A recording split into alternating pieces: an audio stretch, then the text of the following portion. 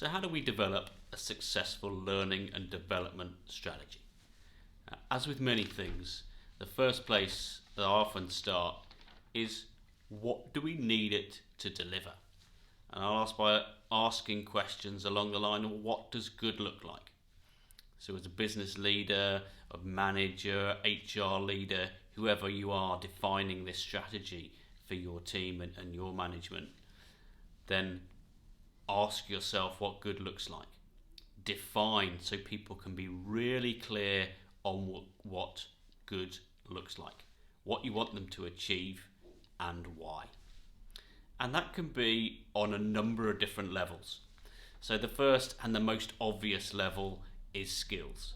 So different people will require different skill sets to deliver different jobs, or their job indeed at different levels.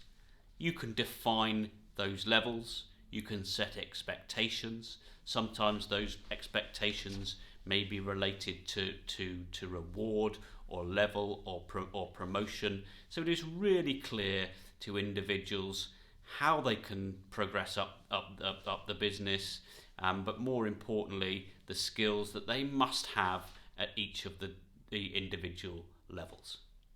That's skills, that's number one. The second area I would look at is behaviour.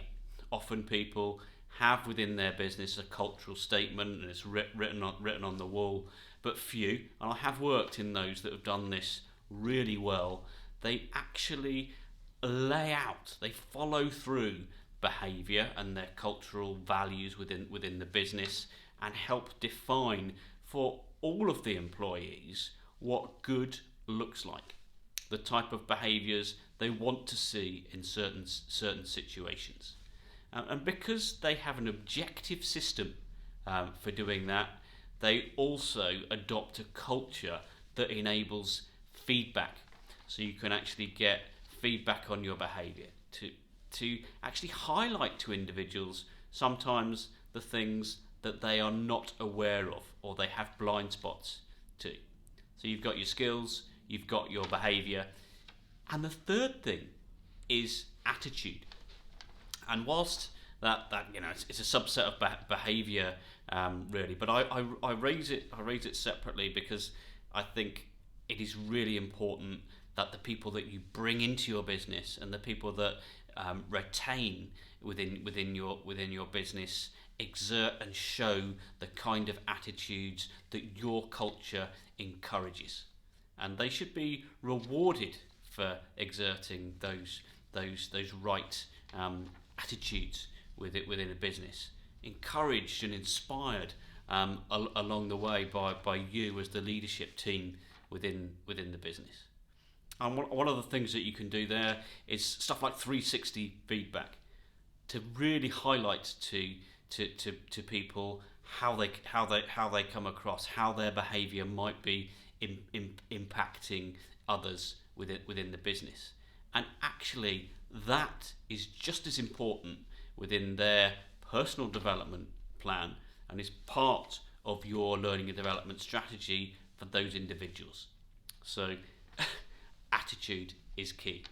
So two sides of that. There's almost the task side based on skills, and then there is the people side based on their behaviour and their attitude and how they come across within the business.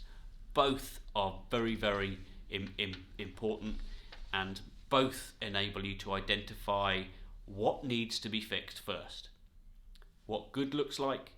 Then you can select all of the right training, coaching, mentoring, whatever programs that you need in order to help upskill or educate or inform or inspire that individual to get from where they are to where you want to be.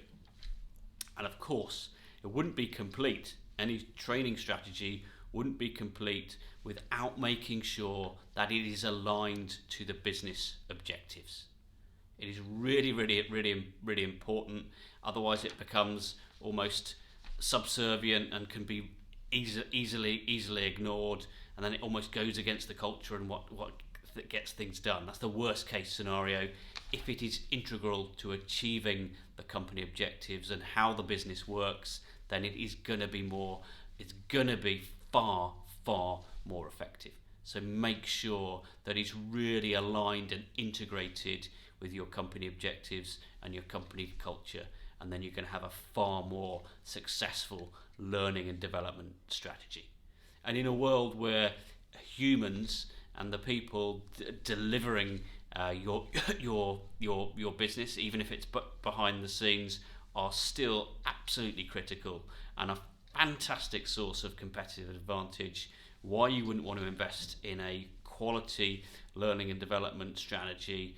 I don't think there's any genuine reason. You can start small if you're a smaller business and you haven't got the resources of a larger business. It may be a few simple conversations and a commitment of support or time or training or coaching or development that you can put in place for that individual.